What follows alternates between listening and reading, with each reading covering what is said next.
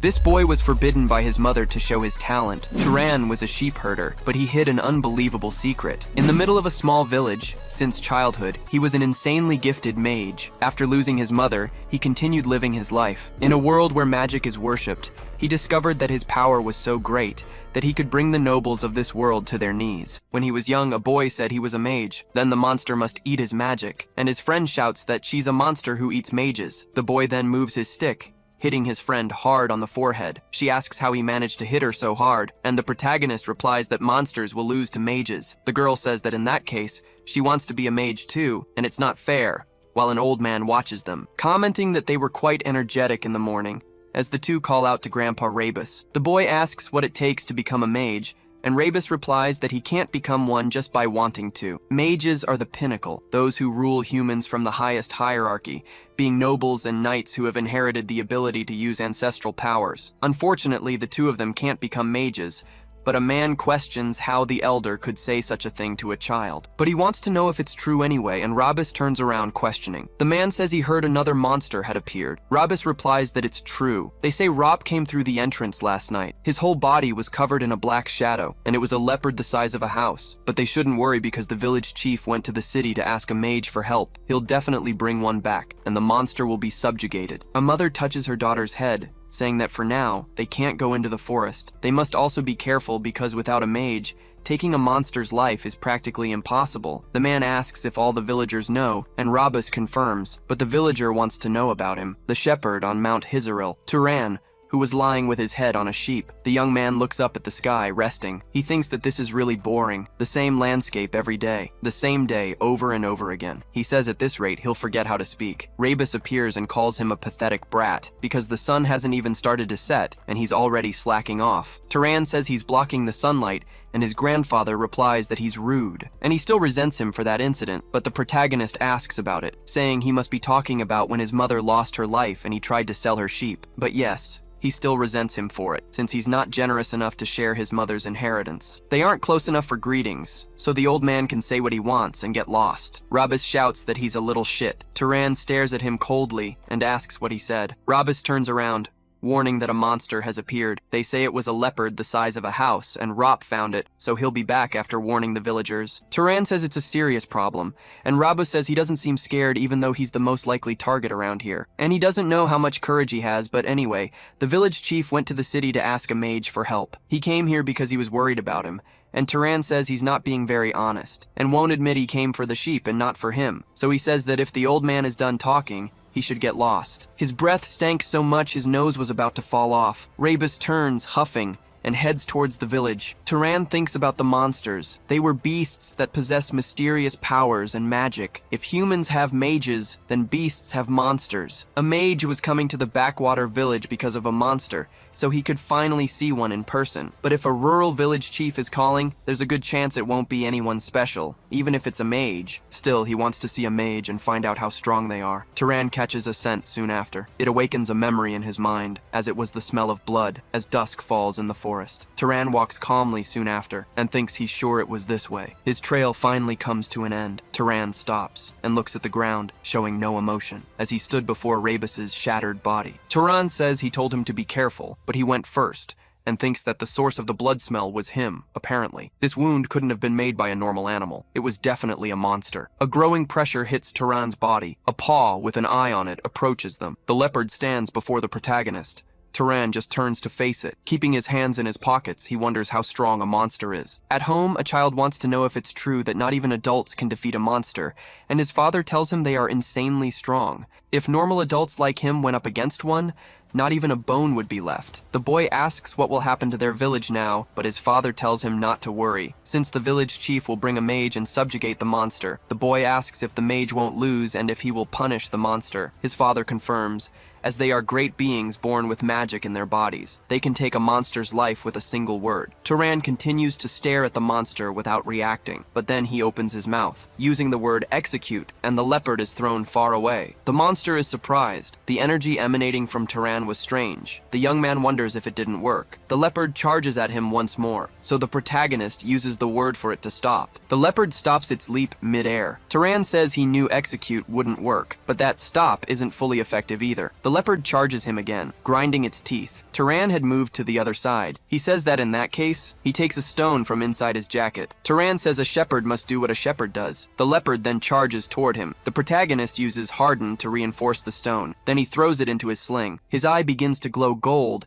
and the protagonist imbues it with speed, spinning the sling right after. Turan starts running forward, and so he uses his final enchantment, Pierce, shooting it towards the monster. The stone closes in on it very quickly, piercing the leopard. The creature starts to bleed. His expression remained the same, and a rock behind the mountain explodes. The leopard lunges again with its claws. Turan says he was aiming. The stone, now high in the air, starts to move. The protagonist says his target was its head, causing a huge impact on the creature. Turan keeps looking at the landscape, and says it was his first time using that on a monster, wondering if he should throw it in a hole or something, and wipes the blood from his face, saying the bastards from the village made him work for it. Turan was a mage, as you might have noticed. He realized he had special abilities about 8 years ago. When he was 10 years old, he made things in his house levitate just by raising his hand. Young Turan turns to his mother and tells her to look at the flying wood, but his mother just drops her staff on the floor. The memories of that day are fresh in Turan's mind, where he says he could also generate fire and create wind. It was the first and last time his mother got angry with him. The woman holds the wood with her hands and calls her son, asking him to come talk to mommy, and asks if he wants her to live a long life, and the boy confirms. His mother says that he must then promise not to use this power anymore from now on.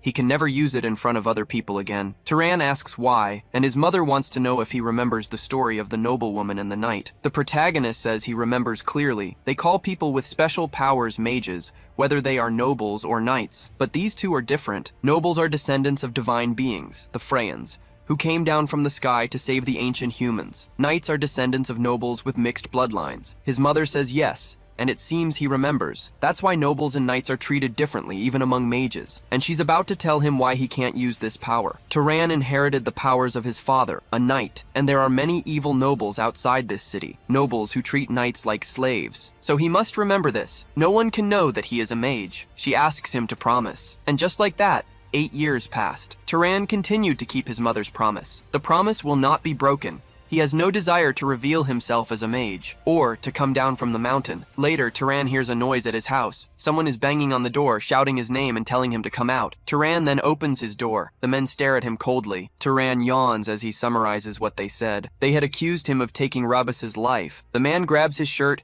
and calls him shameless because he injured old Rabas and left him to be eaten by monsters. Turan remains expressionless, saying he knows why the man wants to frame him. The village's oldest man died alone. Instead of the young men who were afraid of the monster, he understands why they think this is the best way out. It was the easiest way to shift the blame from themselves to him. The man lunges forward with his fist.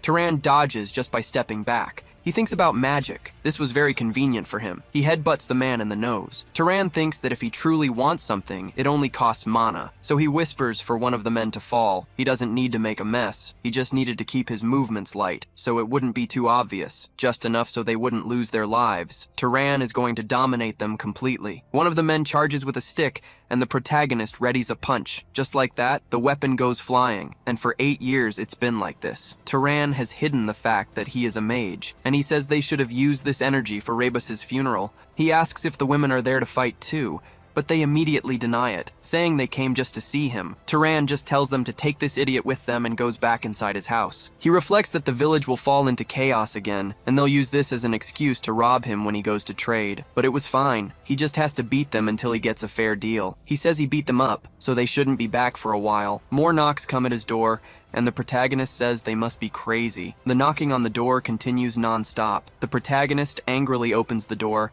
asking who it is and if they really want to die. But it was a man he didn't know. He apologizes and says he thought he could ask for a favor, but it seems he's come at a bad time. Turan thinks he's a traveler, so he apologizes and explains that some unpleasant people were just there a moment ago. He reflects that his mother taught him manners, but wonders if he did the right thing, since he's never treated anyone from this pathetic village well. Anyway, he was a traveler with a sword in this remote village, so he says, if you're looking for a tavern, but he cuts himself off and sighs, asking the man to come into his house. Some time passes, and he prepares a meal. He says he's not in a great situation, so there isn't much. The man replies replies that this is a banquet, but he surprised him, as he'd never met anyone from outside the village. Turan confirms this. He was born and raised on this mountain, living as a shepherd. It was rare for this village to have tourists. The man then looks at him, noticing he was drinking politely. He then says it's interesting. For someone who grew up here as a shepherd, he has good manners. His parents raised him well. Turan says he learned from his mother, and she passed away a few years ago from an illness. The man replies that she raised a fine son like him and is surely with the gods in a celestial palace. He thanks him again, while Turan thinks he's only living the way his mother taught him, but he wants to know what the man wants in this village. The man replies that he was asked a favor. They were looking for someone to deal with a monster leopard or something like that, introducing himself as a mage. Turan says he must be the mage their elder was talking about, and the man confirms it. He asks if he can ask something, because he senses a monster in the area but doesn't see one. What's stranger is that Turan knows about the village elder and the monster, yet he seems calm and composed. If the monster wanted a human, it would go after him. He asks if he isn't afraid. He seems too brave for a shepherd who's never left town, wanting to know who he really is. 8 years ago, Turan asks why no one can know he's a mage. His mother tells him it's because of the evil nobles. If nobles are shepherds like them, then knights are like the sheep. They might treat you with love, like family, but they can also sell or sacrifice you if necessary. She doesn't want that kind of life for her son, and he must want to keep living with his mommy. So he must remember that no one can know he's a mage, especially other mages,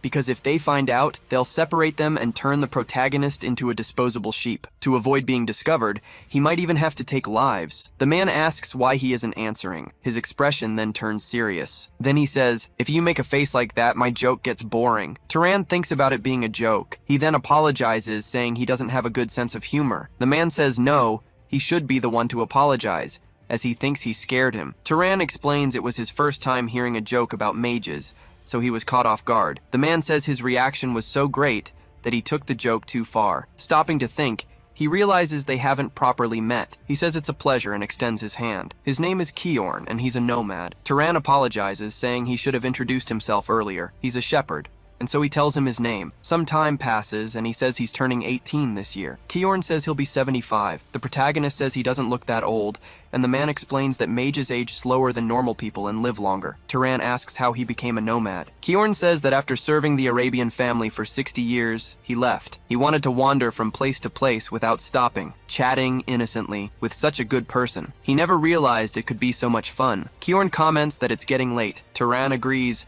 not even realizing the sun was rising. So, the mage decides he should go. This is an Arabian silver, the purest silver coin. It should cover the price of the meal. Turan says he'll accept it and hopes his hunt is successful. Kiorn tells him not to act like they'll never see each other again. He might visit more often if he's passing by. Outside the house, the sheep continue to scatter and graze. Turan uses the command for them to gather. The sheep raise their heads, following his command and moving toward him. The protagonist thinks it's the first time he's met another mage, but beyond that, he wonders how long it's been since he had such a good conversation. The lightness and humor in his speech were more natural than any adult he had ever met in his life. He was truly a good person. Turan had always thought that knights were just emotionless hunting dogs used by arrogant nobles. Anyway, he wonders how he's going to tell him that there are no more monsters on Mount Hisaril. Kiorn wanders through the forest, thinking this is strange. There are signs of a battle, but he can't sense any monster's presence. He wonders if the monster has already been hunted, and who the hell hunted it, or if the village chief called another mage besides him. Either way, it's a relief. If someone took the monster's life and things are fine,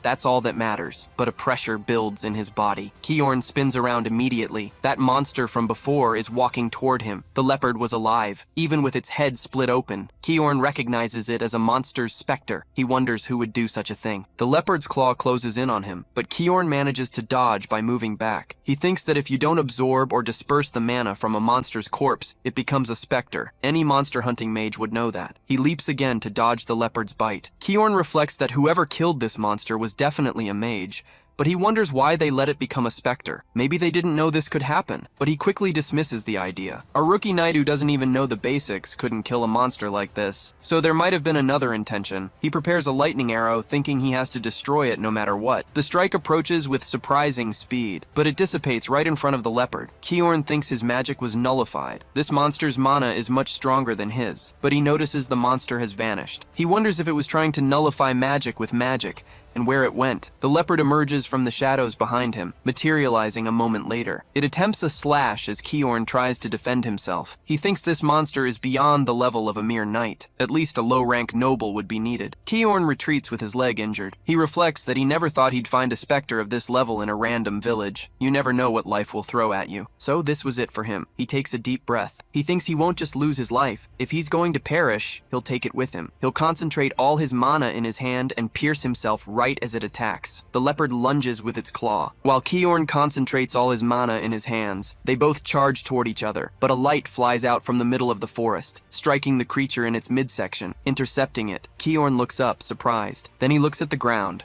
where half the creature has been destroyed. Turan asks if he's okay. Kiorn says a shepherd's joke was pretty good too. As the protagonist approaches him, Kiorn says, "So you're a mage," and asks why he didn't tell him. But he changes his question, wanting to know why he helped since he could have just left. Turan begins to answer him. Last night, with the wolf's body on the table, the protagonist had asked why he was going to such lengths, because he doesn't know what the village chief promised, but with his skills, he could easily make a lot more money. Kiorn replies that he pities the people, living on the frontier, trembling in fear with no protection. A mage, by nature, is someone who inherited the power of a god, so they should live with pride and protect helpless commoners. But not every mage thinks like him, and everyone has their own thoughts and way of life. Turan cracks a smile, asking if he didn't just say that everyone has their own way of life. The leopard tries another strike and they both retreat. Kiorn tells him to be careful, as they can't handle this monster. It's impossible to fight it unless you're a noble. They must report this to the village chief to help with the evacuation, because he'll hold it off here for as long as he can, thinking that he spoke with conviction, but he doesn't know how long he'll last. Turan replies that it's fine. If that last attack hit,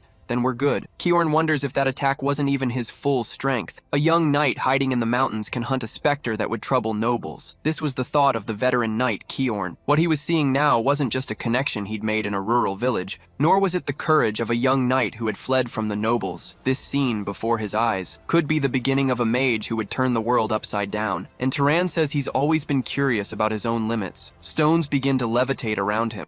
Kiorn says he won't let him do it. No matter how amazing his talent might be, this opponent is strong. They have to join forces. But the leopard lunges with its claw. However, a strike is launched, intercepting the monster. Kiorn thinks, no, now I'm just in the way. I couldn't even react to that last attack. He's useless. What he needs to do now is to ensure the flourishing of Turan's talent, who unleashes an insane spell against the monster. The protagonist says, "This is crap, because it's not working at all." He dodges a strike. Kiorn says he can't kill a specter with physical attacks. The protagonist retreats, wondering how to execute it. Then Kiorn tells him to try using fire, or electric-type powers. An arc of fire forms just above the leopard. Turan says it's not working, and Kiorn replies that's not the point. To apply a mage's power to another living being, establishing a good causality is a basic requirement. Maybe he doesn't even know the basics of magic. Then he has a hypothesis. He wonders if it was him who killed the monster and let it become a specter. And if so, that means Turan has never absorbed mana in his life. Shouting for him not just to make the fire,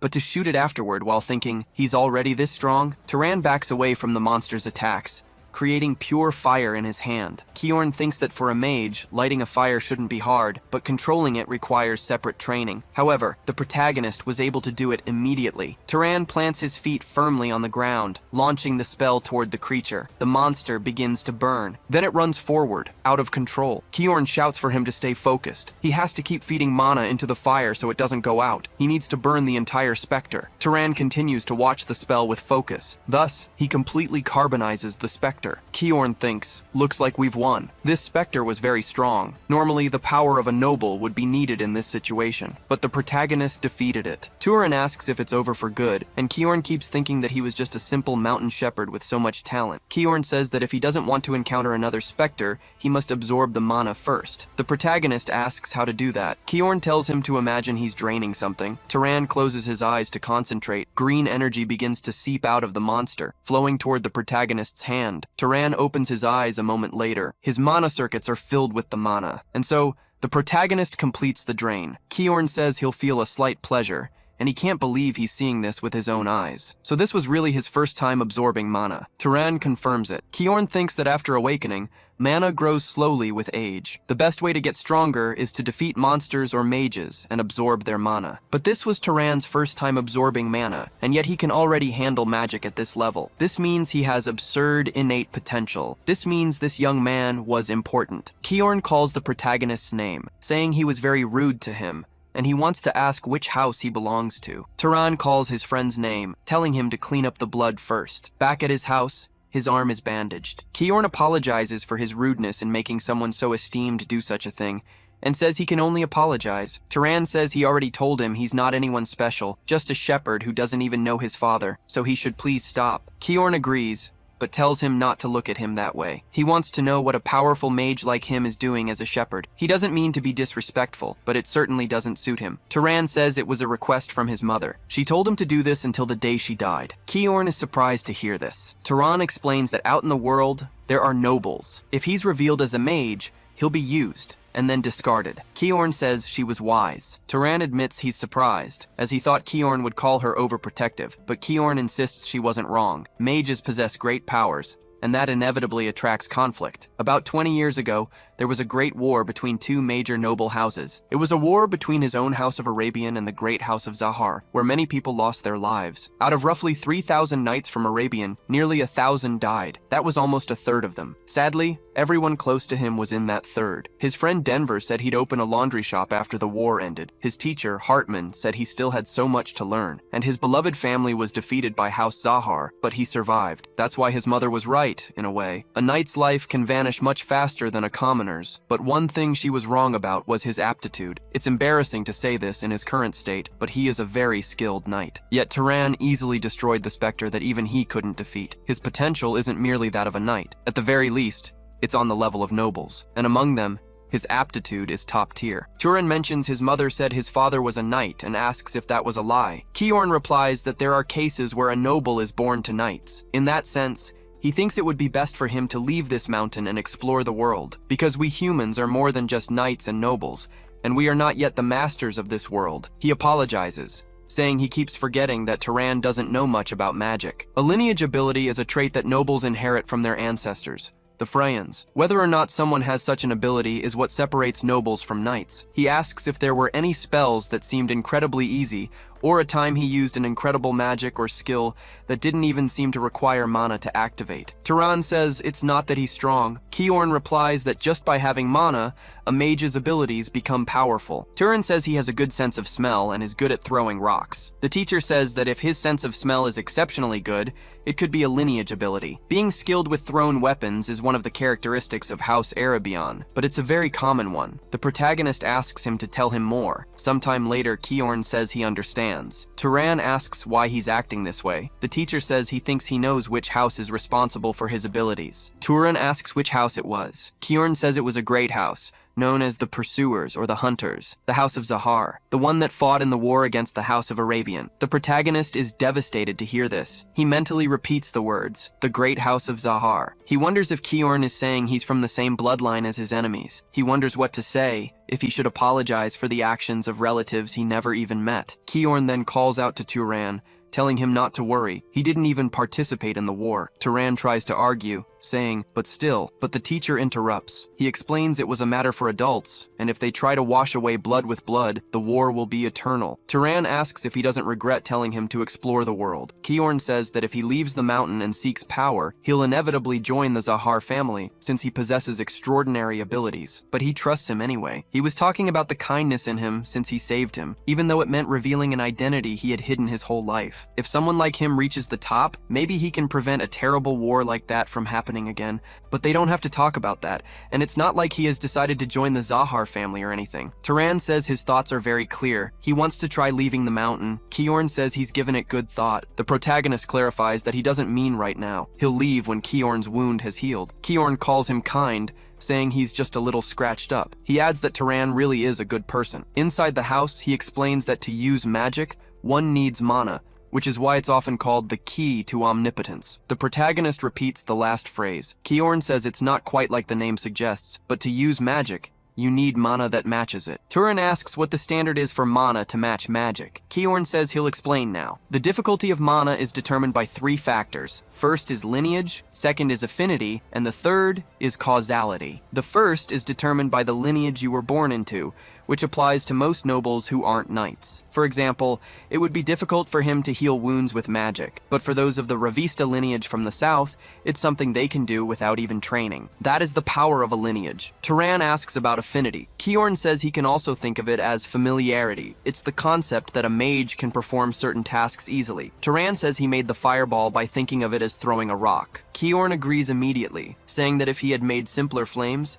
it wouldn't have achieved that speed or power. And the last and most important factor is causality, which even he doesn't fully understand. He asks what would happen if he tried to take his life directly using mana. Turan says some light would shine from his head. Kiorn confirms this is the phenomenon that occurs from a lack of causality. When there is no proper cause and the goal is too difficult, this rule is applied. Turan says he thinks he sort of understands. If he wanted to take his life instead of just spending mana and wishing for it, he would have to find a cause, like creating and throwing flames, because that's more natural than simply igniting something. Kiorn agrees, saying he could become a scholar instead of a mage. Turan mentions he can control animals according to his will, and asks if that's why beasts need something like that, but Kiorn says that's because of the mana. The two continue talking non-stop. The protagonist says magic isn't easy. Kiorn explains that an excellent mage knows not only how to use mana, but also the principles and situations behind it. Turan says that, come to think of it, he wants to know if the Zahar lineage has any special magic. Kiorn tells him they are skilled in stealth and pursuit. He tells him to give it a try, and the protagonist agrees. He thinks about not wanting to be seen by others, and for his dreams and scent to be undetectable. Smoke enters his mind. Turan asks if it worked. Kiorn looks at him in surprise,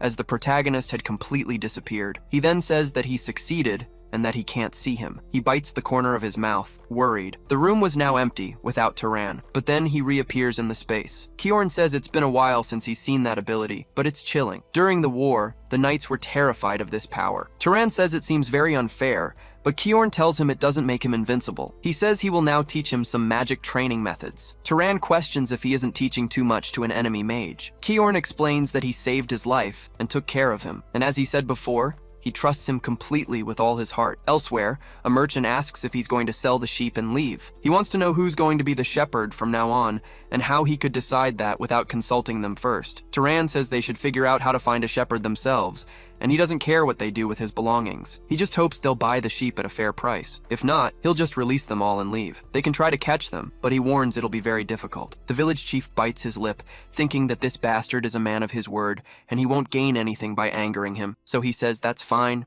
He understands. He tells him to leave and do as he pleases. And so, Kiorn and the protagonist continue on their way. Turan says that, come to think of it, those villagers still owe them compensation after everything. Kiorn replies that he doesn't want to accept it, since he was the one who captured the magical beast. The protagonist agrees and says that in that case, it was time for them to part ways. Kiorn apologizes for refusing his offer to travel together, but he feels better being alone. Turan tells him not to worry and thanks him for everything. His teacher tells him to take care, and the protagonist replies that he hopes they can meet again under happier circumstances. And so, the boy watched Kiorn's figure fade into the distance for a while. Only then did he realize why he didn't want the old knight to speak formally to him. Even though he never lacked affection from his mother, the boy had secretly always missed having a father figure, someone who could be his role model for the kind of man he wanted to become. On a path of stones, the sand shifts, making noise. Turan walks along, completely covered. Then he uses his hand to wipe his eyes, noticing something ahead of him. He realizes they are nomadic merchants who travel from village to village.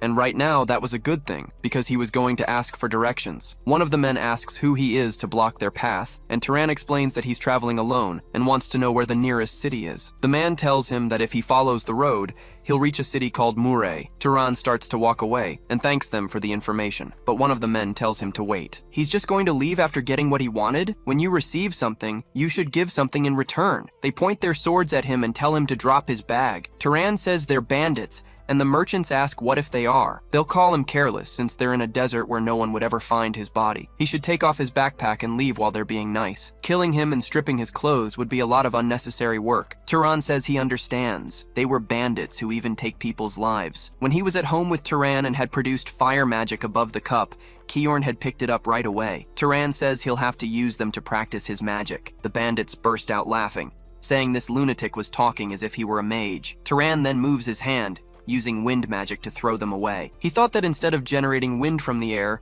forming it with his hand and amplifying it used far less mana. He didn't know he could form such a strong wind with so little mana, and the bandits wonder what the hell that was. The protagonist opens his gourd and takes out a little water, creating a small ice stake. He points the magic at his opponents. The bandits' faces fill with fear, and so they are pierced by the magic. Turan thinks that this was supposed to be a useful spell when there's a lot of water nearby, but to be honest, just throwing rocks seems faster and stronger. The bandit says they didn't know he was a mage and begs for forgiveness, just this once. He says they'll give him anything he wants if he spares them, but other bandits advance from behind. Turan moves his foot, raising stakes that pierce the ones at his back. That bandit thinks it's impossible. They're all lifeless. Turan says he's only going to ask one thing, and the bandit says he'll answer anything. The protagonist asks why they attacked without a plan, since any traveler could be a mage. The man says it was because he bowed his head. Even when they spoke rudely to him, the protagonist had bowed and greeted them, so they assumed he was just an ordinary person. Turan thanks him, saying he taught him something very useful. The man asks if he's really going to spare him, but a drop of water was already above his head. Before, Kiorn had told him that from now on, Turan would meet many people, and there was something he wanted to say. He should never be merciful to pieces of shit like bandits, since they are the type of people who don't hesitate to hurt others for profit. The reason he was saying this was something Turan understood, because a life he spares out of pity could end up hurting good people. Turan says he thinks he's wasted too much time. The road the merchant bandits traveled and the wheel tracks that marked the sand left a thought etched in Turan's mind. He had taken people's lives. The protagonist felt guilty but couldn't let them go, remembering Kiorn's warning. People who could decide without hesitation to steal and take lives for profit could target others at any time. Like wheel tracks in the desert fading away as time passes, Turan's heart gradually calmed as he remembered Kiorn's teachings. And then he arrived in a new world. Turan takes in the view, surprised. He says, "So this was the place.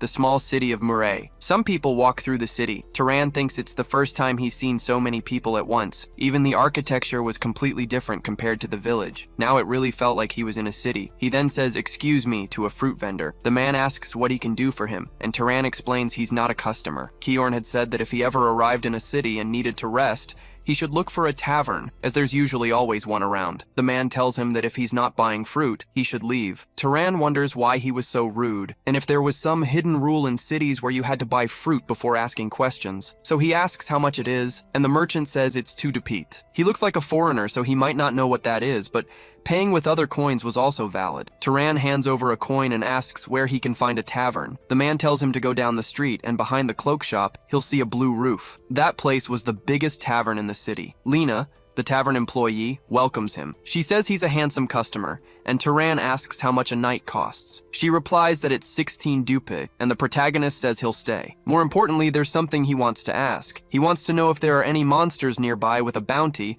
and Lena questions him about it. Turan thinks he needs to kill monsters and absorb their mana while also earning money. He then asks why she isn't answering, and Lena calls him Sir. She says that nothing in this world is free. Sometime later, he asks about the city hall, wanting to know what it was. Lena is surprised he doesn't know what a city hall is, saying he really must be from the countryside. She explains that the city hall is where public affairs are handled, and the officials who work there are hired by the city's lord. It's probably already closed since the sun has set, and if he wants to find a hunting contract, he should go there tomorrow. She asks if he's a monster hunter, and Turan asks what that is. Lena explains that if a normal person hunts monsters, they become a mage, and asks if he wants to become one too. Of course, who would believe such a silly superstition? But a man touches his shoulder. He says it's a completely true fact, and he saw it with his own 2 eyes. Lena is surprised that Medan is alive, and the young man says he won't die until he becomes a mage. Turan is surprised that he touched his shoulder, and Medan apologizes. The protagonist asks if he can hear more about what he just said,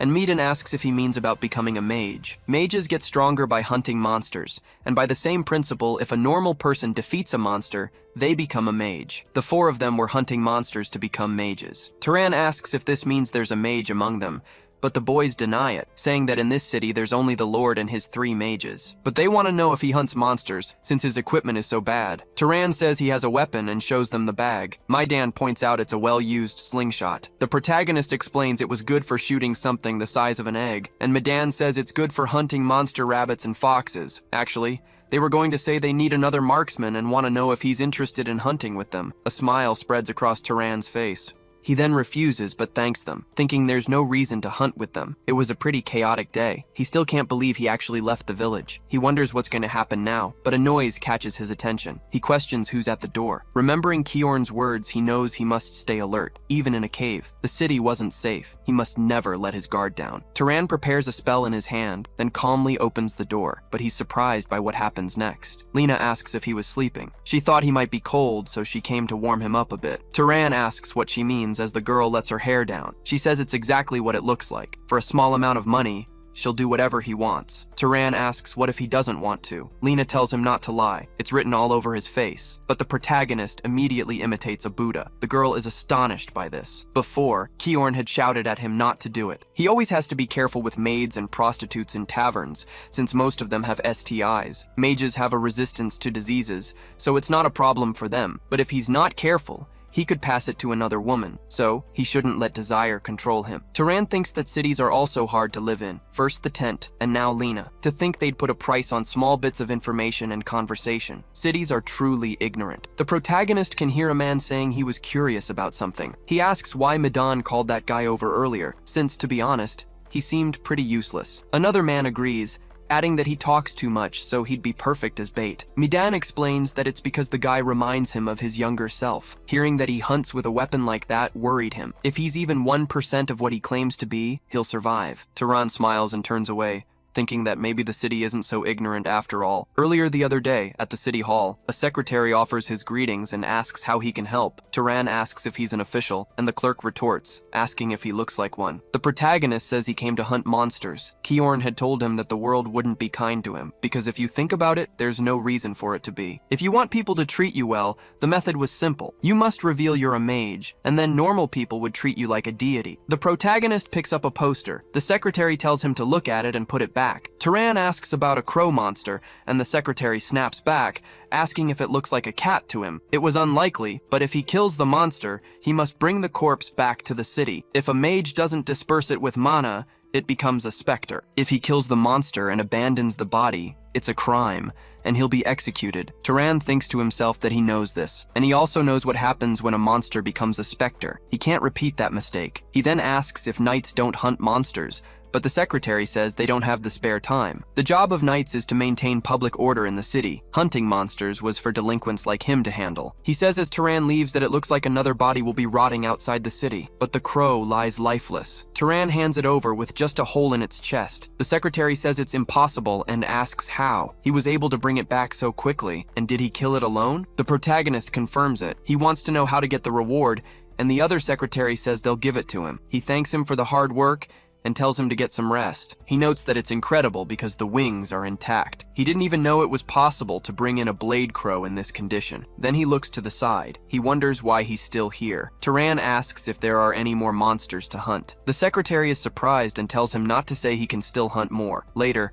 Lena serves all the most expensive items on her menu. She says she never dreamed someone could defeat 30 monsters in 3 days. He must have earned a lot of money. The protagonist just eats calmly, saying that money wasn't his only goal. He reflects that, more precisely, his goal was the monster's mana. Thanks to that, he's become even stronger. Compared to when he was with Kiorn, his mana has increased a lot, but he can feel a limit. With only mana from weak monsters, he won't get any stronger. He then asks if she didn't happen to steal some of it, but Lena tells him he ate everything himself. He was skinny, but ate like a pig. The cook says it's been a while since he prepared a feast like this, so he's glad he enjoyed it. Turan says it was delicious, and the cook tells him it'll be even better next time. But a delinquent pulls the protagonist's hood. He says he's eating something so delicious all by himself, and he heard this skinny guy has been making good money lately. He asks how about donating some to them, but the protagonist slaps his hand across his face. The other man insults the protagonist for that. Turan asks if he didn't want a donation. One of the others throws a punch, but the protagonist just dodges it,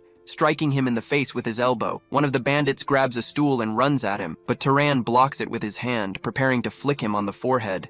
And with that, he takes down another man. Lena keeps repeating for him not to fight in her tavern again. Later, Medan apologizes. He scolded them both, and it will never happen again. They were really short on money lately, and he thinks they got jealous when they saw him. He tells the two to apologize, and they obey. Turan asks if things are tough, and Medan says their options are limited. In about 3 days, they won't be able to pay for their lodging, but that's their problem. The protagonist offers a pouch of coins. Medan asks why he's doing this, and the protagonist says it's payment for the kindness he showed when he tried to recruit him, and nothing is free. He must provide information in return. Medan says he has plenty of information and will tell him everything right now. Later the next day in the city, Turan walks calmly through the forest, thinking this might be his last hunt in this city. Medan gave him information about the next town, so it's time to go. There was much more useful information than he expected. Medan was a really good person. He wasn't as experienced as Kiorn, but that made him purer and kinder. Then he suddenly senses something. He notices the smell, and he prays he's wrong. Then he spots a tree with a scratch mark on it. He looks at what's in front of him, a shattered body sitting against the tree. The protagonist recognizes it was someone from Medan's group. He then turns to the side. Another body was already lifeless, with 3 silver coins still beside it. He then wonders what happened to Medan. Then he hears some noises.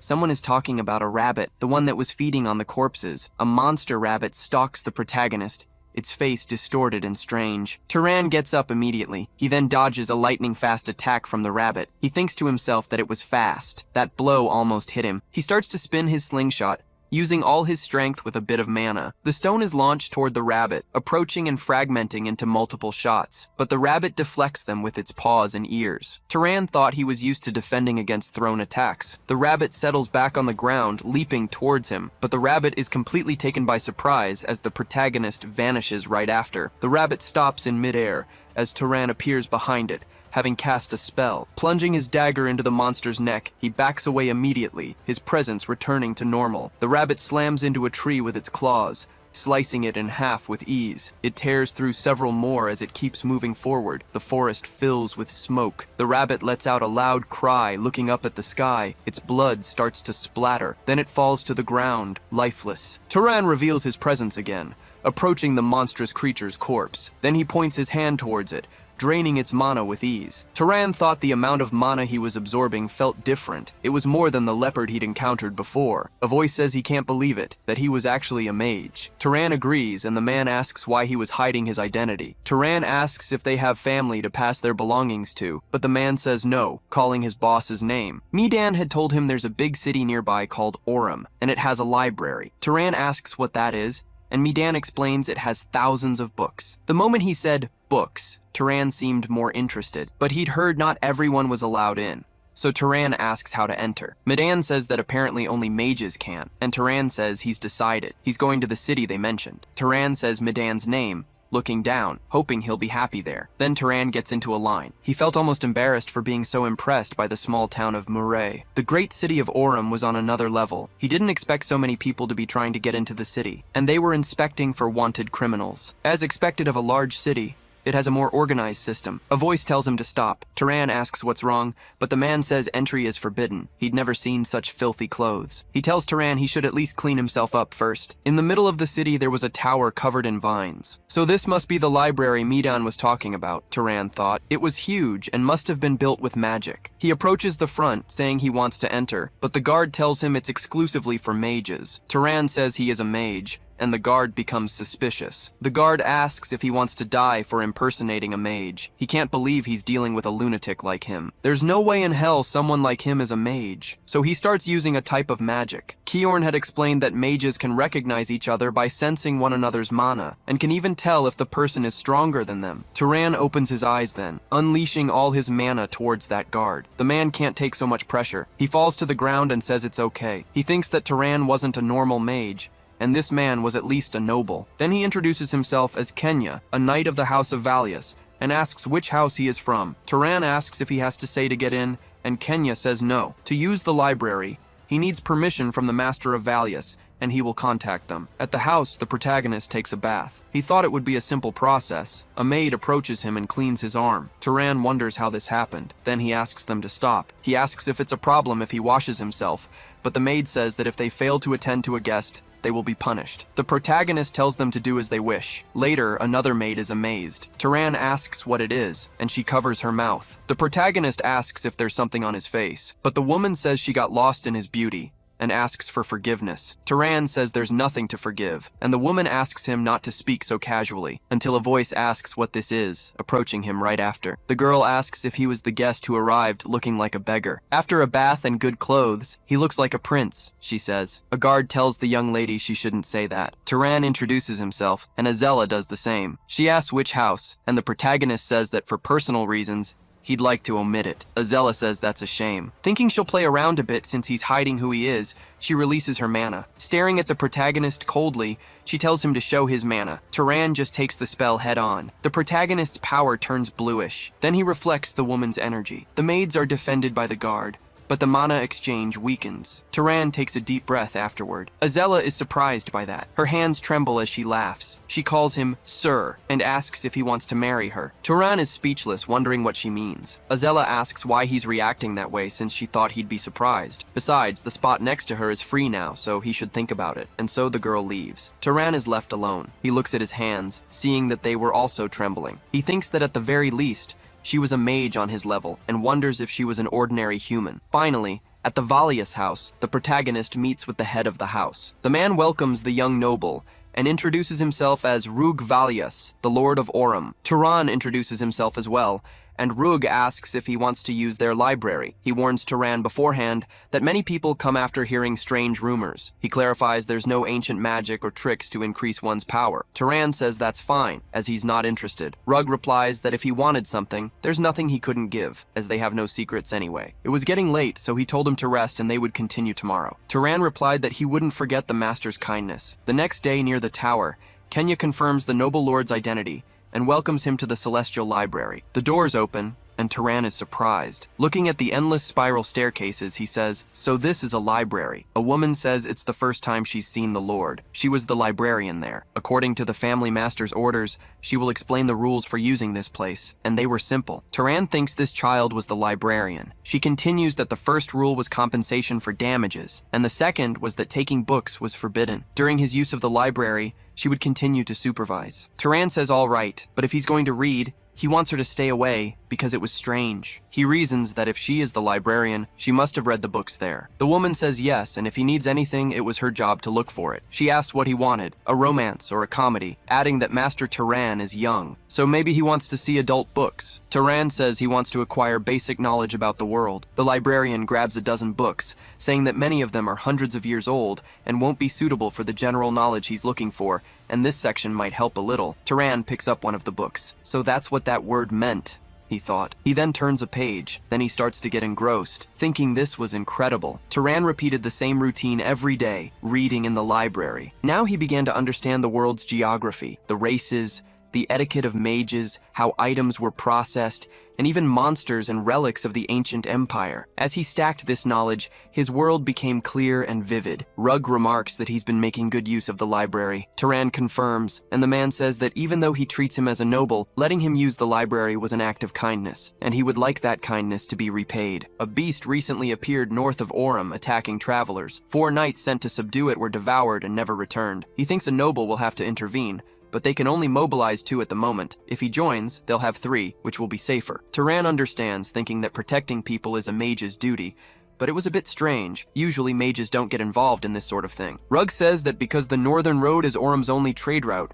it's been blocked for 10 days, and they need to drive the beast out quickly. Turan thinks it's been 10 days already. He should go, get it over with, and then come back to use the library again. Outside, some soldiers are walking. The 3 mages walk ahead of them. Azella stretches, saying her father is really something else. She never thought he'd involve a guest in a magic beast hunt. She wonders if they aren't trustworthy enough. It's not a problem that he's a guest, but her father is a bit of a handful. Her brother says she's exaggerating, and Azella tells him not to worry about it. The 2 continue to bicker. The young man introduces himself as Marvin, saying it's his first time doing something like this, but Turan's focus is on the woman. Azella kicks a stone in front of her, saying she wants to get this over with and go back to rest. Marvin asks if he's interested in his sister, and Turan denies it. The mage then says that's good. Azella shouts for them to stop several times. Two knights are examining a destroyed wagon. One wonders if this was its doing, and the other says yes. The debris is scattered across the northbound road, and it looks like they were attacked on their way down. Turan analyzes the situation. He notices a handprint. He tells them it was a monkey. Azella questions this, and Turan points to the shape of the hand. It looks like it attacked the merchants and then entered the forest. He thinks they should track its trail. Azella says she can barely use the magic she was born with, and asks if Marvin can. He says, not really. Turan announces he'll take a look. Azella asks if he's even part of their group. The protagonist explains that he's used to tracking. Closing his eyes, he uses his exploration magic. Something draws his consciousness. A scent begins to guide him through the forest. Turan points, saying it's that way. The monkey had stopped at a stream. It seems it took a bath. Azella wonders if a beast would wash itself to cover its tracks. Turan says it probably just washed itself because it felt like it. But he smells an even stronger scent, warning that it's behind them. An immense gorilla appears behind the knights. It then grabs some rocks. A bearded man shouts for them to be careful, while other knights are hit by stone fragments. Turan jumps to the side. Then he looks down, puzzled. A knight is lifeless. Azella had used them as a shield. She then throws the two bodies back. Turan thinks that his mother's words weren't wrong. Azella shouts for them to attack. The knights charge toward the gorilla. Azella shouts to chase the fleeing monster, saying it's too fast. Turan quickly readies his slingshot. The woman keeps ordering everyone to go after it. Suddenly, a stone flies past her side,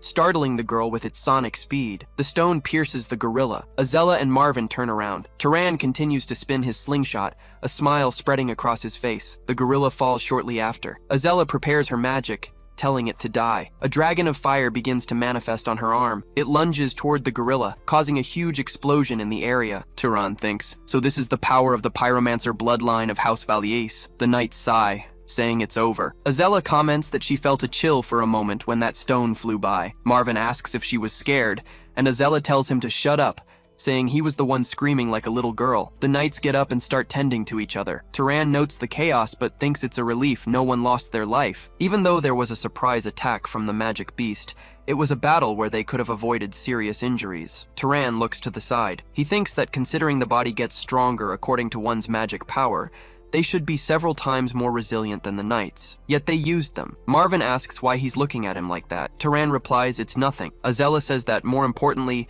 they should hurry and absorb the mana. The three of them point their hands at the gorilla. Turan begins to absorb it. He thinks that, just as he read in the books, even if several people absorb it at the same time, the level of strengthening doesn't seem to decrease. Azella says she can't absorb anymore and curses her growth limit. Marvin agrees, but now she understands why her father sent the guest along. He has a level of magical mastery and mana that rivals her own. To think he's a noble who hasn't even reached his growth limit yet. On the way back to the castle, Marvin says that if it weren't for Turan, they never would have caught the gorilla. From the tracking skill to the final blow that took it down, it was all him. Turan says he's exaggerating. On the contrary, it was a shame he noticed too late and let it attack. He didn't know it had detection skills. It seems awakened abilities vary according to the physical characteristics of magic beasts. The monkey they defeated had large hands and eyes, but it was different from its original form. It probably had the ability to throw things with great force. Marvin is impressed and comments he never imagined Turan would figure it out so quickly. Turan says he saw a demon bestiary in the library. The noble says that old-fashioned place never gets any visitors. Azella agrees, saying she went there once, but it only had difficult books. Turan says that if she gets a chance, she should ask the librarian if there are any easier books. But the girl asks, "Librarian?" The protagonist explains it's the person who manages the place. Azella wonders if there was someone like that there. Back at the library later, the librarian runs up and welcomes the protagonist. Turan thinks he was careless. No knight or commoner would dare call a noble by name. In this city, the proper address for them is your nobility. Besides, for a librarian to be in this state, he wants to know how she knows his name. The librarian's mouth hangs open in surprise, but then a smile spreads across her face. She asks if he only just noticed. Turan confirms, and she explains that she saw his license and found out his name. Within the confines of this library, nothing escapes her sight. Turan asks what he should call her. The librarian replies that she doesn't have a name, so he can call her whatever he wants. She suggests something cute like "my love." Turan just calls her librarian. The woman says it's strange for him to suddenly be so polite after spending days ordering her her around. Turan tells her not to get too close as it's a bit uncomfortable. He asks if she's a mage from the old empire, but the librarian denies it. She's not even human. She's something like a spirit. When a soul inhabits something living, it's a living spirit. When it inhabits something lifeless, it's a spirit of the non-living. But when it inhabits something ambiguous, it's just a spirit. This appearance is to facilitate communication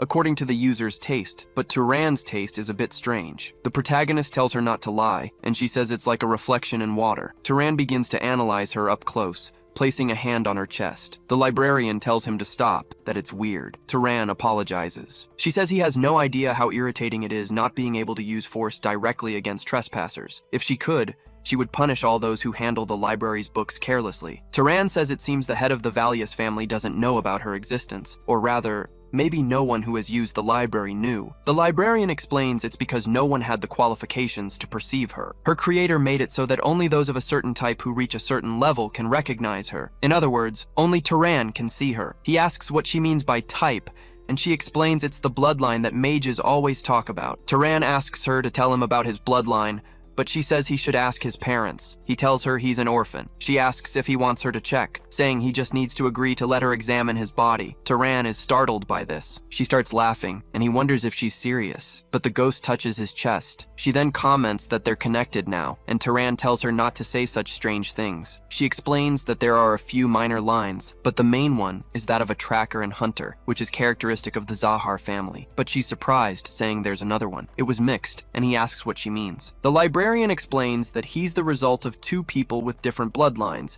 and she doesn't know the other one because it's still sealed. It wasn't uncommon for a sealed bloodline to emerge when two combine, and if he gets stronger, it will open up naturally. Turan thinks of his mother. He notes that she was too educated and cultured to be a simple commoner. Perhaps she was a descendant of some noble, even if the bloodline had been greatly diluted. He thanks her, saying he understands. She replies that if he's so grateful, he should stay for another month. After discovering the true identity of the library spirit, Turan didn't just read alone anymore. He started asking her all sorts of questions. The librarian even knew the contents of books that had been looted and had disappeared from the library. Learning the principles of nature directly from her was practically a treasure. He discovered that many diseases arise from these microorganisms, and that the decomposition of living things occurs because these germs feed on them. He also learned about light refraction, the heat of friction, and the principles of how wounds are formed. Turan says he'll start by testing decomposition. He then touches an apple. It begins to rot easily. He remarks that it's impressive.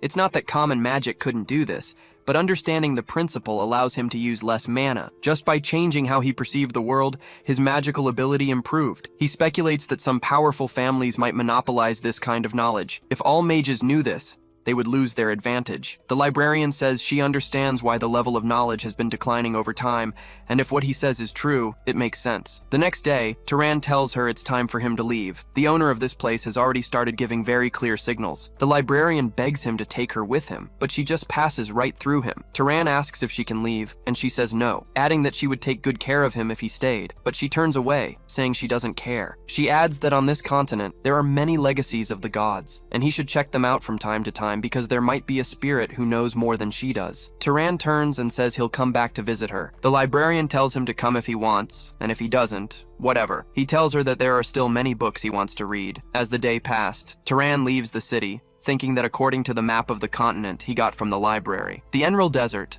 the base of the Zahar family, is east of Orem. He will go to the great house of Zahar to find clues about his parents, but he was in no hurry. If the clues were going to disappear, they would have done so in the past 18 years, and if any remain, they won't vanish just because he arrives a little later. He hears something in the forest. A horse neighs in anger. Turan peeks from behind a bush. He notices a horse breaking free from a rider. He thinks it's a saddle. The horse wasn't attacked by a monster, but rather, it was being protected. Another man curses the demon and questions how a pet beast can be so strong. Turan then looks over. He sees they are dark elves trying to create an opening. They prepare their magic. Two slimes form on the ground. Turan thinks it's the dark elves' necromancy he read about in a book. He wonders if he should help, considering the fallen man might have attacked the elves first. But he's surprised by what happens next. The elves feed on the man. The female elf asks whose hand this is and requests a piece, but her colleague tells her to take the other one. Turan thinks, so they're that kind of people. He uses his concealment magic. The elves continue to feed on the body until one of their heads explodes. The dark elf turns, wondering what happened. Then blood hits the ground. ground. She gets scared. She orders her beasts to gather in front of her. Turan then throws a stone. It hits the goat horn on her shoulder. The elf wonders who the bastard is,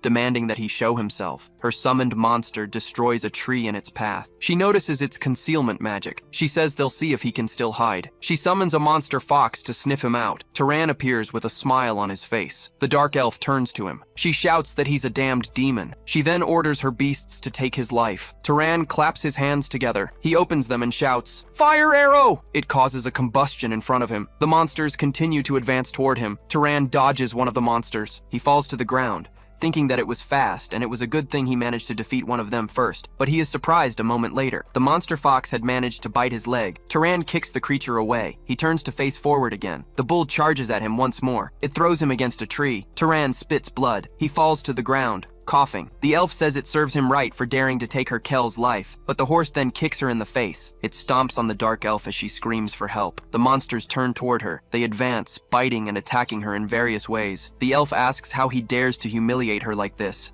vowing to take his life. But another attack comes. A stone bursts her eyes. Turan had already gotten up and shoots with his slingshot. The monsters begin to disappear. Turan takes a deep breath. Still suffering from blood loss, he falls to his knees. He thinks he's really going to die, but the horse approaches him. Turan lifts his head in surprise. He leans on it and thanks it. Later, the blonde man opens his eyes. A campfire was crackling in front of him. The man screams in fear. He finds himself face to face with Turan, who is sitting down. Turan says, "You're awake." The man asks who he is, and Turan explains that he was being attacked by dark elves and that he saved him. His horse approaches from behind. The blonde man pets her and calls her Tilly. Turan remarks that she's very smart, able to understand she needs to protect her owner and move to a safer location. The blonde man thanks him for saving his life, introducing himself as Aziz from the Burke family. Turan does the same. He asks if there was any reason for the conflict with the dark elves, but the blonde man says no, explaining that he was on a pilgrimage with his servants when they were suddenly attacked without provocation. He had heard that other races were violent, but he never imagined it would be to this extent. He then starts crying as he laments. He apologizes, saying he lost many people who were precious to him. Turan asks if they were his family, and Aziz says they were the knights and servants who had been with him on the pilgrimage since he was a child. Turan thinks he's a good person. He then asks how many elves attacked them, as he killed 2. Aziz says that was probably all of them. Turan uses scouting magic. He scans the entire forest. He thinks that there really are no more dark elves around. Aziz asks if he has any urgent business, and Turan says he's also on a pilgrimage. The blonde man says that for someone so strong, he's still on a pilgrimage, and asks if he happens to be the son of some great family. Turan says he's not that strong. He took one by surprise, then struggled with the other and barely won. He releases his mana. Aziz does the same. They both sense each other's level. Aziz thinks he isn't very strong. If he hadn't absorbed the dark elves' mana, he'd be even weaker. He's definitely not at the level to face 2 necromancers. Maybe he just has great combat instincts. He wonders why someone like him is all alone. He says that if he has nowhere to go, he'd like to invite him to join the Burke family. He promises to repay him for saving his life and to see his family to safety. The Burke family are vassals of the great house of Arabian in the north. They come from a long line of enchantment artisans. They'll craft a magical artifact that's just right for him. Later, the 2 of them prepare graves for all the subordinates. Aziz says they're finally done. In his heart, he wishes he could send them all back to their homeland, but he thanks him for not laughing. A noble crying over the sacrifice of his men must be a pathetic sight. That's what my father taught me since I was a child. Those who lose their lives in a just battle will reside in the celestial palace with the gods. To mourn them is a weakness, and a true noble must move on. But if strength means not suffering when you lose your family, then I guess I'll always be weak. Turan says that's not weakness, but kindness. Aziz says that since they're traveling together, he wants to speak casually, as there doesn't seem to be much difference between them. He says he's counting on him from now on. Turan looks at his hand and thinks, he was my friend. Then he says he's counting on him too. Later, Aziz asks if they should rest for a bit. Turan asks what that box is. He explains it's a cooler, and that he packed a lot of food in it back in the last town. Turan asks if it's always cold. Aziz says yes, and that any food will last for about a week without a problem. This one's a magic item that dispenses water when you press a button. The other creates a shelter if you gather some wood, and it also sounds an alarm if anyone approaches. And this thing he's wearing is an item with a cleaning function. Turan thinks that magic items shouldn't be so common. This is impressive. He then says this outfit alone would be payment enough for his life. But Aziz says things like this aren't worth much, and promises to reward him with something better. And if the elders don't allow it, I'll make one myself. Besides, nothing beats what he can do. He can't even remember how many types of magic he's seen him use as they travel together, from manipulating animals to summoning lightning. He wonders if he spent his entire life just practicing magic, or if it's some kind of bloodline ability that lets him learn any magic. Turan thinks it just happens, but he reminds him they agreed he wouldn't investigate which family he's from. Aziz says it was a joke, and there's no way such an absurd bloodline could exist. He asks how old he is, since he doesn't even look 30. Turan says his 19th birthday is in about a month. Aziz says he's turning 43 this year. A difference of only 24 years isn't that important. He should have realized when he said he defeated 2 necromancers with that much magical power. Who would have thought there were 2 geniuses in the world? He's not at your level, but his bloodline is what it is. Still, I know another genius your age, my cousin. Turan asks if he could ask this person to make a magic item, but Aziz says no. She's not from the direct lineage, but from the main family. The protagonist is surprised and asks, by any chance, is it the Princess of Arabian? Aziz confirms, saying she might become the head of the great lineage in the future. They both continue walking toward the family estate. Aziz explains that unlike a common family of mages,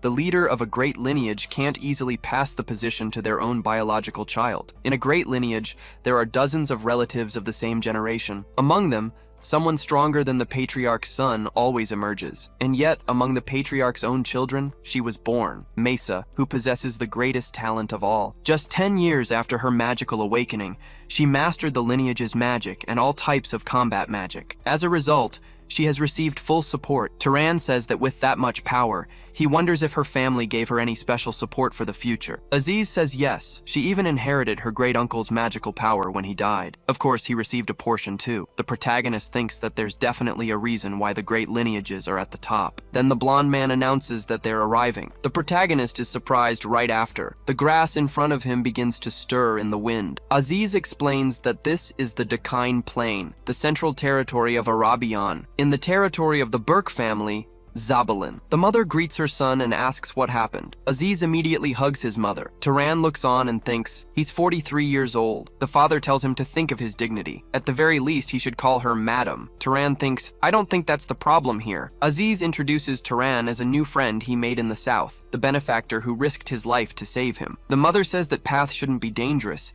and asks what happened. Aziz tells her they were attacked by dark elves. His mother yells that those filthy creatures dared to target her son and that she'll personally lead an army to wipe them out. But a subordinate asks her to calm down as people are watching. She asks which family her benefactor belongs to. Turan says it's hard to say. To be honest, I can't really say. I was born to a commoner mother, and I don't know who my father is. Aziz says he hadn't told him that. Turan replies that it's not a story to be proud of. The mother says, so you don't belong to any known family. Since you saved the heir of this house, we will pay you the reward you deserve. It would be difficult to offer you a room, but we'll make arrangements for you to stay in the finest guest house. Aziz asks what she's saying, as he wants to host his own benefactor. She says that times have changed, and they have an illustrious person in their home. As much as he is a benefactor, it's difficult to let in a guest whose identity is unknown. But Mesa interrupts, if it's because of me, you don't have to do that. I doubt someone who saved Aziz would suddenly try to take my life. She appears right after, walking calmly towards them. Aziz asks what she's suddenly doing here. Turan thinks, that woman is the Princess of Arabian. She looks more like a corpse than a princess. Mesa says it hasn't been long since she was almost assassinated by those worms from Zahar, so she came here to hide. Aziz questions this,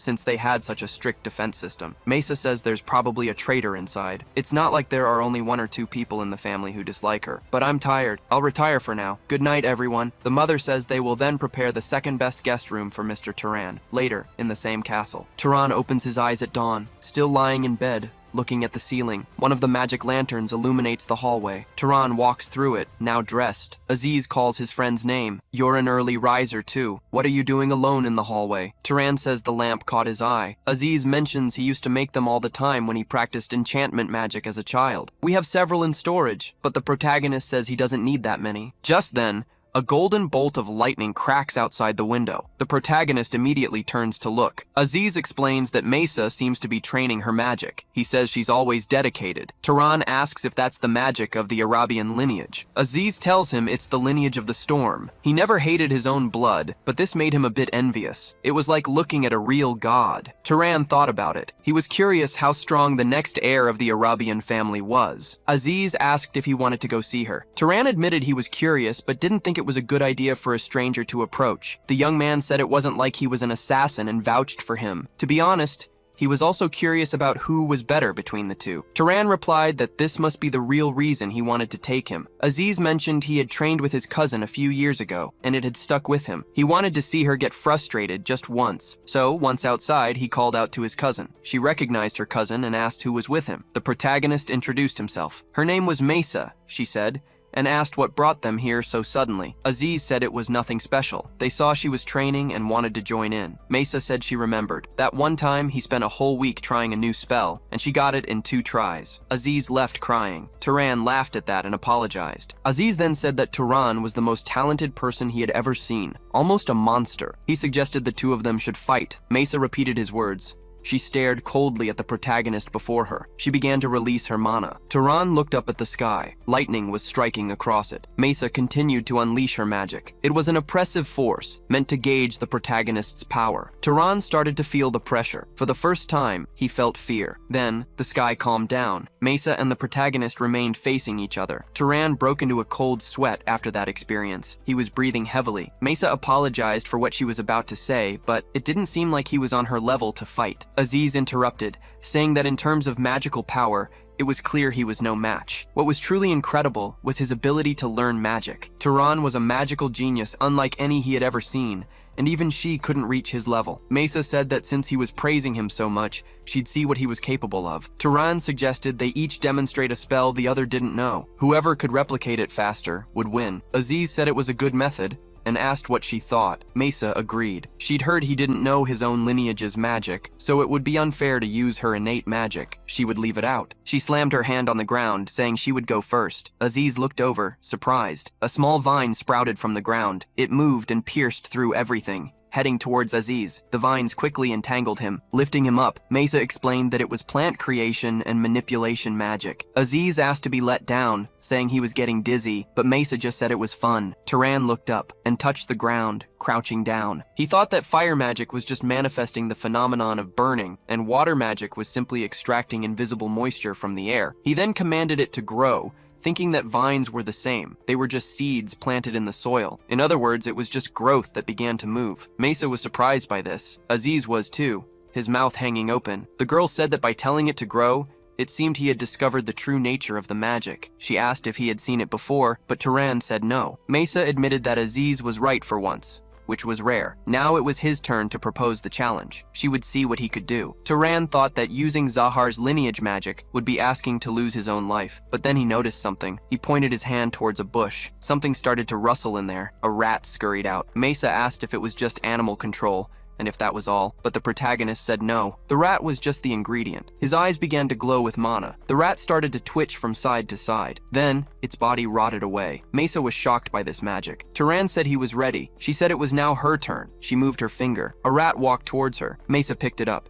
She channeled her mana into the rat, but her magic had no effect. She wondered how he did it. This wasn't a common spell. Aziz asked why he'd used such a disgusting spell. Turan said it was just the first thing that came to mind. He reflected on his suspicions. He wondered if even a family like the Arabians didn't know this magic. Aziz noted that it didn't seem to be working, and suggested giving the victory to Turan. Mesa told him to shut up. She believed she could do it. When using magic, the principle of causality was an extremely complex element. If the desired phenomenon was natural, and the user clearly understood its cause, the amount of mana required was appropriate. Among these factors, the ability to perceive the cause of a phenomenon was crucial, directly influencing the spell's success rate, and one way to compensate for a lack of understanding of causality was to invest a large amount of mana, overcoming inefficiency with sheer volume. So, Mesa kept repeating mentally, "Rot," while still alive. The rat began to follow the mental command. It rotted in the mage's hand. Aziz said that it worked. Mesa celebrated that it had worked. She'd done it, but her eyes lost their focus. Then she collapsed to the ground. Aziz asked what happened and told her to open her eyes. Turan wondered why. Did she use too much mana? People don't usually faint just from mana exhaustion. At most, she should just be exhausted, having lost the strength to support her own body. But then he noticed something. He looked at her hand and understood. He picked her up, asking if there were any mages with a healing lineage nearby. Aziz said no, so Turan told him to bring water, salt, and the adults. He thought about how light she was, almost confusing her for a lamb instead of a person. With the amount of mana she'd used, she shouldn't have even been able to stand. Later, in her room, Mesa regained consciousness. Her mother asked if she was alright, if she was awake. Mesa asked why she was there. Her mother explained that Aziz had told them she suddenly fainted while practicing magic with their guest. The girl looked down, dejected. Her aunt asked if that man had done something to her, saying they would observe him from a distance for now, but Mesa denied it. It wasn't his fault, just a small mistake on her part. She told them all to leave because her head was throbbing. Her mother said she had made some soup for her. She knew she didn't eat because of her magic, but she needed to think about her health and try to have a little. She then sighed deeply. Mesa thanked her aunt for her help. She looked down, a little sad. She turned to the soup on the table. She picked it up. The girl tried to take a spoonful. As she put the food in her mouth, a wave of nausea washed over her. Ghosts in her mind begged Mesa to save them, crying that it hurt so much. Startled, the girl dropped the bowl on the floor. Mesa clutched her head tightly. Then she covered her ears and shut her eyes. Later, in another part of the house, in the basement of the Beck family, the temple of the lame goddess, a man said that the doors and walls were solid, without any gaps, like muscles trained for hundreds of years. He should give up any thought of trying to break through and escape. Turan said he understood and wasn't even thinking about it. Haram commented that it was very solid, and the protagonist agreed. The guard approached and said it was extremely... The protagonist wondered if he was bragging, but then he looked to the side. Haram moved his sword, swinging it from top to bottom. Turan asks what he's doing, and Haram says he's training. He then swings his sword downward. He follows with a thrust and makes a diagonal slash. Turan thinks that there are no wasted movements, as each one is the minimal setup for the next attack. That's the efficiency of a trained body. Then he notices Haram looking at him. He asks if he was interrupting, but Haram denies it, asking what he saw in his training just now. Turan says he thought it was incredible. Haram says he gets it. Most nobles consider martial arts insignificant because it's easier to attack from a distance, but in truth, their bodies are weak. Turan says that unless it's a combat bloodline like Hercules, focusing on magical power ends up being more efficient. But when facing trials, situations arise that you have to face, even if you want to avoid them. Haram hands him the sword, telling him to hold it. Turan asks if he wasn't arrested for being a suspect, and if it's okay to give him a weapon. But the man says it's just a piece of iron, and what makes it a sword is the body of the one holding it. Haram asks what Turan can do with this sword. Then he tells him to watch this. Turan puts mana into his sword stance. Haram shouts that's not it. He shouldn't use mana. He tells him to put more weight on his front leg and press down as if the earth were supporting his feet, correcting the rest of his posture. Turan agrees with all the knight's adjustments. Haram tells him to repeat it 10 times without stopping to breathe, breathing life into his muscles. It's a good vessel. If he can, he should find time to push this body to its limit. Mana is nothing but a trick, and mages think their physical abilities are guaranteed, but that's just the bare minimum their body possesses. A properly trained body can tear through the battlefield without the aid of mana, and Turan says he will burn this into his mind, but then he looks to the side. The family's matriarch approaches him, saying she was very rude and did something one shouldn't do to a benefactor. Turan says he is the one who should apologize, and as a guest, his conduct was inappropriate. The woman replies that Mesa would like to apologize to him and asks if he can make time. Later in her room, she says it was an inconvenience, as she heard he was held in the temple, and apologizes for causing unnecessary trouble. Turan says it was necessary, and, more importantly, he's glad she's okay. Mesa says that regarding yesterday's magic that makes animals rot, she wants to know if it was from a bloodline, as the mana consumption was absurd. Turan denies it, saying that if she understands the principle, she can use it too. Mesa says that if he doesn't teach her the method, there's no proof it isn't bloodline magic, and the protagonist says it doesn't matter to him that he didn't win. She's surprised, and asks where that leaves her if it just ends like this. So they'll do this. He'll tell her the secret of this magic, and she'll teach him Arabian's secret technique. Turan agrees. And so the two begin to talk about magic. Mesa says, so it was biological enhancement magic, and he used invisible microorganisms. And just as she thought, she was using it without knowing, which is why her efficiency was poor. She lost because even though she managed it, it was through brute force. Turan says he considered that part of the bet, but Mesa replies it doesn't count, because when evaluating magical skill, an absurd amount of mana isn't included. She wonders if they could consider it a draw for Aziz's sake, since she doesn't want to see him getting cocky, and Turan agrees, but she needs to pay the price. Mesa shows him a brush and says this looks good. She then brushes her hair. She says that, as you can see, when objects rub against each other like this, a phenomenon occurs where they attract each other. Turan says that's static electricity. She's surprised he already knows. Then she says it's one of the deepest and most secret pieces of knowledge, and that she'll have to think of a better way to pay him. Until she can think of a proper compensation, she suggests they continue training together, and that this is just to pay off the debt. Turan says that sounds good, and they agree to meet every day at dusk in the garden. Later, at a banquet, a patriarch says it's not much, but he should eat plenty. Aziz asks why it's so extravagant, since there's more food than on his own birthday, and anyone would think the head of the family was visiting. Turan thinks this is no ordinary meal. The matriarch says, continuing their discussion, that she heard her son promised a powerful magical artifact as payment for his life. Turan confirms, and she asks if he has anything specific in mind. The protagonist says he wants something that helps with defense, as it's easy to hurt others but hard to protect oneself. The woman says it's something they've made a lot of, but they don't have anything ready at the moment. Another man offers to make it, as he coincidentally just finished a request from the main house and has some free time. The matriarch asks how he'll make it, and the young man says that to deal with surprise attacks, the ideal thing is something that's always with him. A ring, earring, or necklace with the function to inject mana, immediately releasing the Guardian Bloodline's defense with a 1-month deadline. The father says it's shameful to brag, but Mello has skills that are not inferior to his own as the head, which in practice means it would be an artifact of his level. Turan thanks them, but asks if it isn't a bit too much. She says that if it's too much, it means her son's life is worth little, and that's not the case. So, for this month, he will stay as a guest of their family, and he shouldn't feel uncomfortable. Aziz says his mother has taken an interest in him. In fact, he told her more about him before bed last night, from his magical talent to the fact that he never neglects training. The intention was just to stop her from looking down on him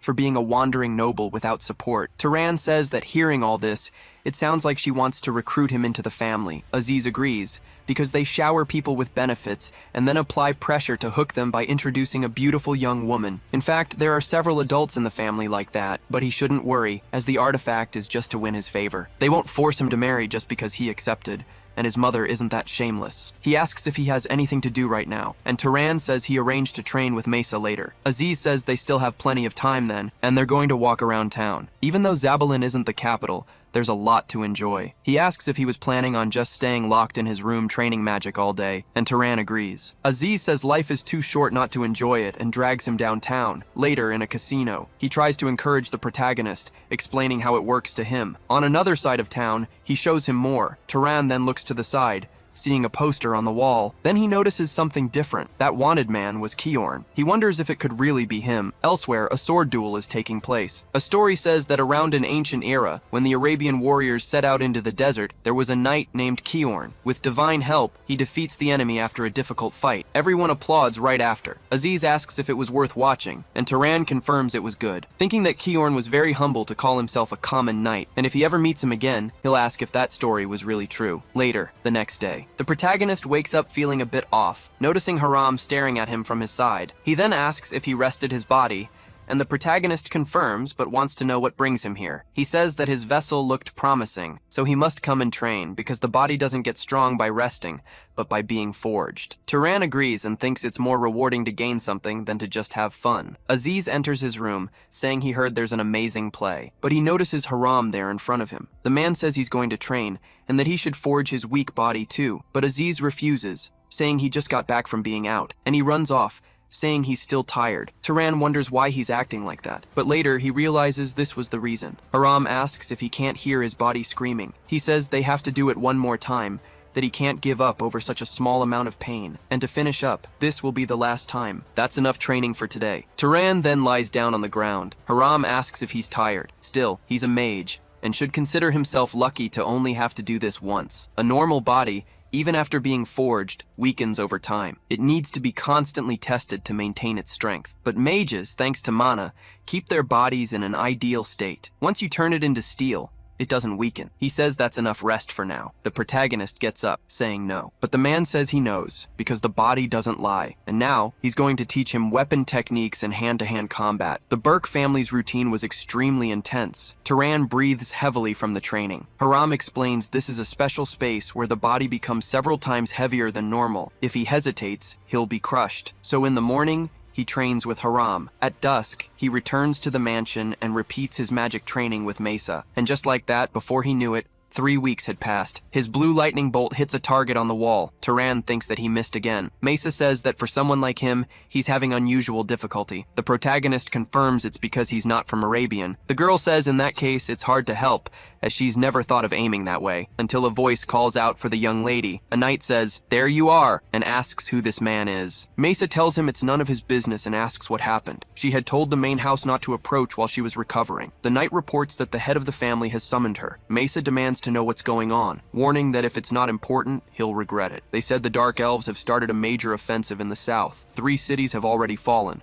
so they're launching an expedition. Those elves were planning something, Turan thinks, so they've shown up. Mesa says she understands and to let them know she'll be back soon. She then comments that she thinks she has to go, but speaking of which, he should pay the price for that disgusting decomposition magic. She then claps her hands, thinking of something. She asks if Turan knows that electricity also flows through the human body. The protagonist questions this. She says there's no way he would know, as it's her family's secret. She then suggests they consider the debt paid if she teaches him this properly, as it will be a great help. Because when someone sees or feels something, that part of the body sends a small electrical signal to the brain, no matter which part it is. Turan then closes his eyes, thinking of a minuscule electrical current. This electricity flows throughout his entire body, and if he accelerates the electrical signals transmitted along this path, his body begins to concentrate even more, and his eyes become electrified. His perception of the world is completely altered. Mesa's speech then becomes slow. She asks, "How's this?" But with her voice at less than 1% of its original speed, Turan starts laughing and wonders, "What is this?" But a jolt hits his brain. He clutches his head as his perception returns to normal. Mesa says it looks like he got it, and that it happened because he poured in mana recklessly. It'll probably be hard to adapt now because of the headache,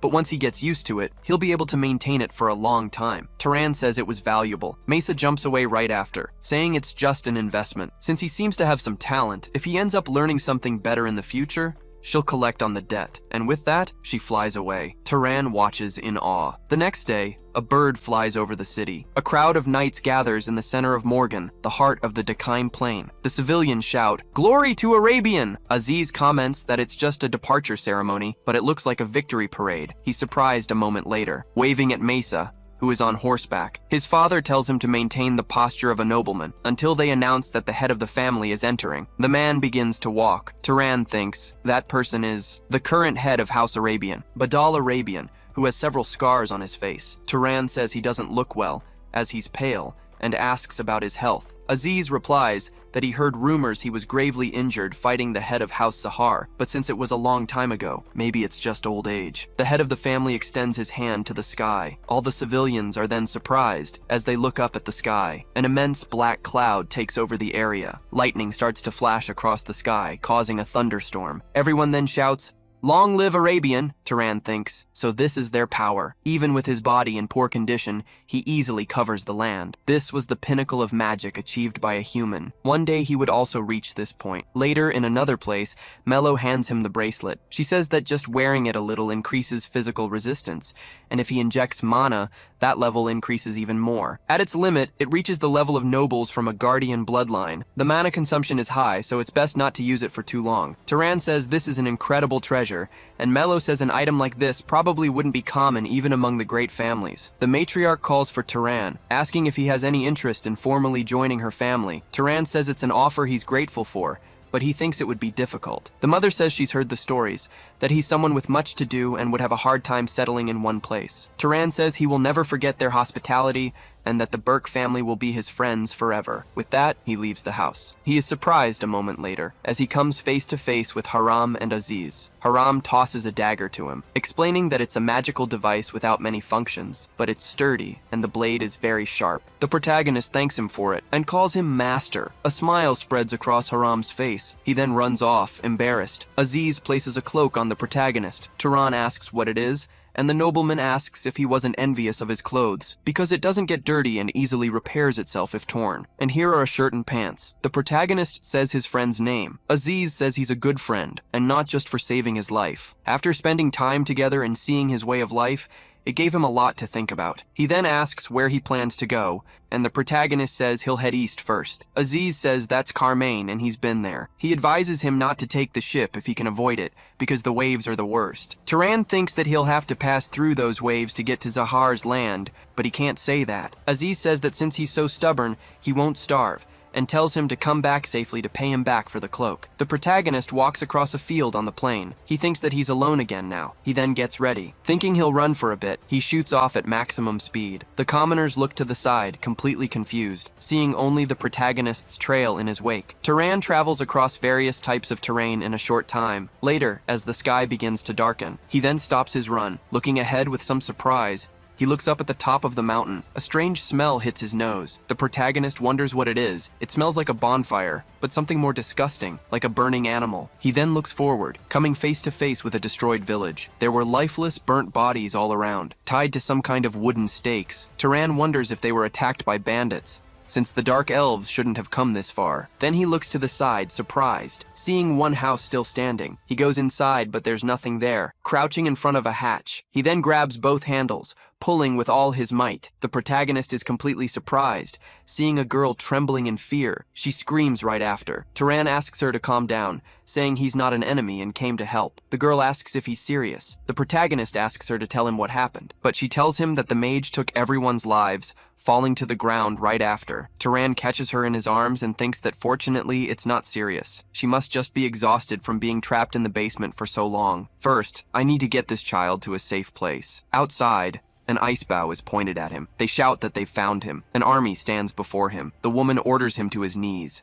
calling him a wretched murderer. She asks if the whole attack wasn't enough, that now he's even kidnapped a child. Another mage tells him not to move. Turan says it's a misunderstanding, but they shoot fire magic at him, causing an explosion in front of the house. The woman scolds Gil because there's a child there and he says it was an accident, but then she's surprised. A hand emerges from the smoke. The protagonist had stopped his magic with his bare hand. He thinks, I didn't think I'd have to use the artifact right away. Everyone is shocked that there isn't even a burn mark, as he blocked it with just his body, and the woman wonders if it was defense magic or some kind of bloodline ability. Turan states that he wasn't the one who attacked the village and this is a misunderstanding. But if they attack again, he won't just defend himself. The woman remains wary, but she looks at the child in his arms, saying it makes sense, as there's no reason for someone to cause such a tragedy and then stay just to save a child. She introduces herself as Beeson, and the protagonist says his name too. She says that even with all the evidence pointing to the contrary, she wants to know how she can believe him. Turan tells her to ask the girl when she wakes up,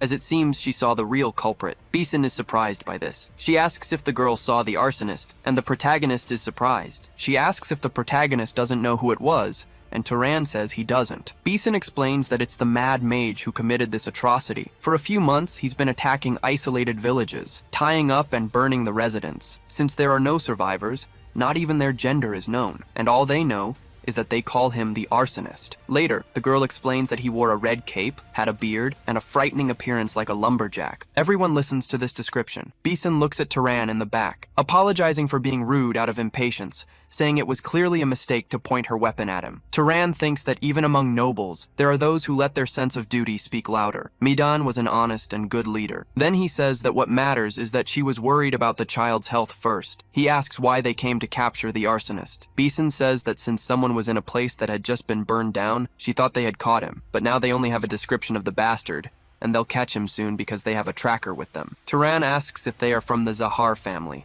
and why they're in a place like this. Beeson says no, she's from the Carmane family of Abicha, and her friends are from vassal families. Asha was a descendant of someone who, in ancient times, mixed their blood with a noble from the Zahar family, manifesting it weakly with no talent for concealing it. More importantly, she has a request for Turan, asking if he can help hunt the arsonist, because they'll give him the full reward for the capture, or she can even yield part of her mana. What she needs is to earn merits. Turan asks if his power level is known, and Beeson says he's a noble level mage. Among the villages he attacked, some were protected by several knights, yet they all lost their lives. Turan thinks about this, and perhaps this is exactly the kind of opponent I need right now, since the weak demonic beasts on the roadside don't increase my strength. So, he accepts her offer. But first, they must leave the child in a safe place. He offers enough money to take care of the child until she grows up, and the man confirms. Turan says he will return in a few years to check. That man gets chills from this threat back in the burnt village. Asha closes her eyes, opening them again with her tracking bloodline ability. Beeson asks what she found, and Asha says they need to search a bit more. So they decide to move through the area. Amidst the tracks of footprints, some trees had peeled bark as well. Asha sniffs the air there. Turan asks how they are tracking him.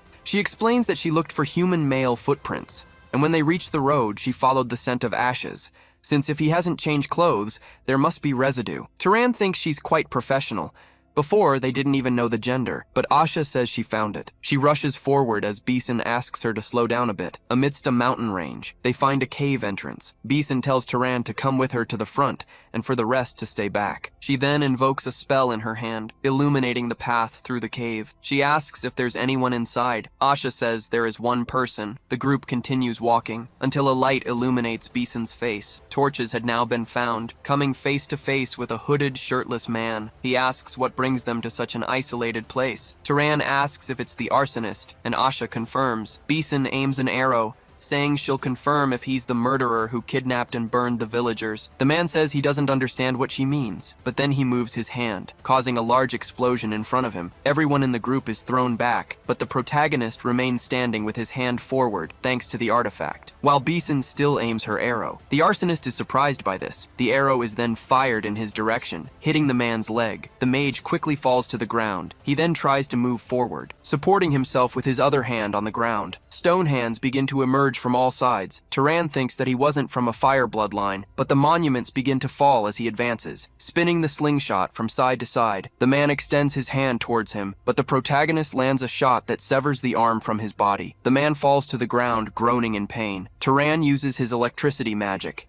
hitting the man once more. The arsonist starts to lose consciousness while screaming. Beeson is surprised by this, looking at the protagonist who had already subdued his opponent. She asks if he defeated him, and Turan says probably. Take care of this one. Please check on the others. He then extends his hand, which holds seeds, tossing them to the ground. They begin to bind the arsonist with vines. Turan thinks, I've sealed his sight and movements, so it's over. He then points his knife and tells him to wake up. The man tries to use magic from his mouth, but the protagonist intercepts him, saying if he releases any more mana, he'll take his life on the spot. The arsonist asks who they are and how they got there. Turan says he has his methods and wants to know if he is the arsonist. The man doesn't answer the question, so the protagonist stabs the knife into his thigh, demanding he answer why a rogue noble was burning the residents of this region. The arsonist says that God told him that by burning the flesh and souls of sinners, he could get closer to them. Beeson questions this hypothesis. The arsonist says God taught him the secret to obtaining the power of other bloodlines. Now, if he burns more humans, he will obtain the incendiary bloodline. Beeson says it's madness and asks how someone could obtain bloodlines like that. Turan says that committing so many murders for such a ridiculous reason was something that began to silence his mind with so much hatred. Thinking about what Maidan said, that even ordinary people can obtain power by taking the lives of beasts. And he had seen several mages like that. The arsonist says he just needs to burn a few more, and then he'll have the power. Turan grabs his arm, thinking that perhaps he had discovered the secret of this world.